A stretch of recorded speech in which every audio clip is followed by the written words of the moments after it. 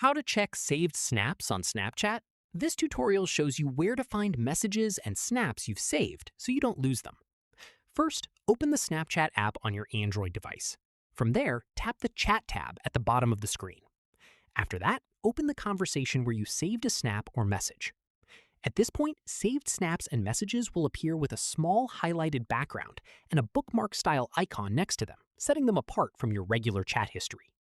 Following this, scroll through the conversation to find the specific saved item you're looking for. If you have a lot of saved content across different chats and want a quicker way to browse it, there's another option too. From here, tap on the person's name at the top of the chat to open their profile within that conversation. At this stage, look for a Saved Messages or similar section if it's available, which gathers everything you've saved in that specific chat in one place.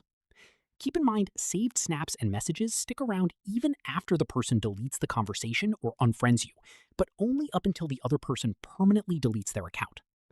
That's how you check your saved snaps on Snapchat. If this helped, drop a like, subscribe for more Android tutorials, and hit the bell so you don't miss the next one. Catch you then.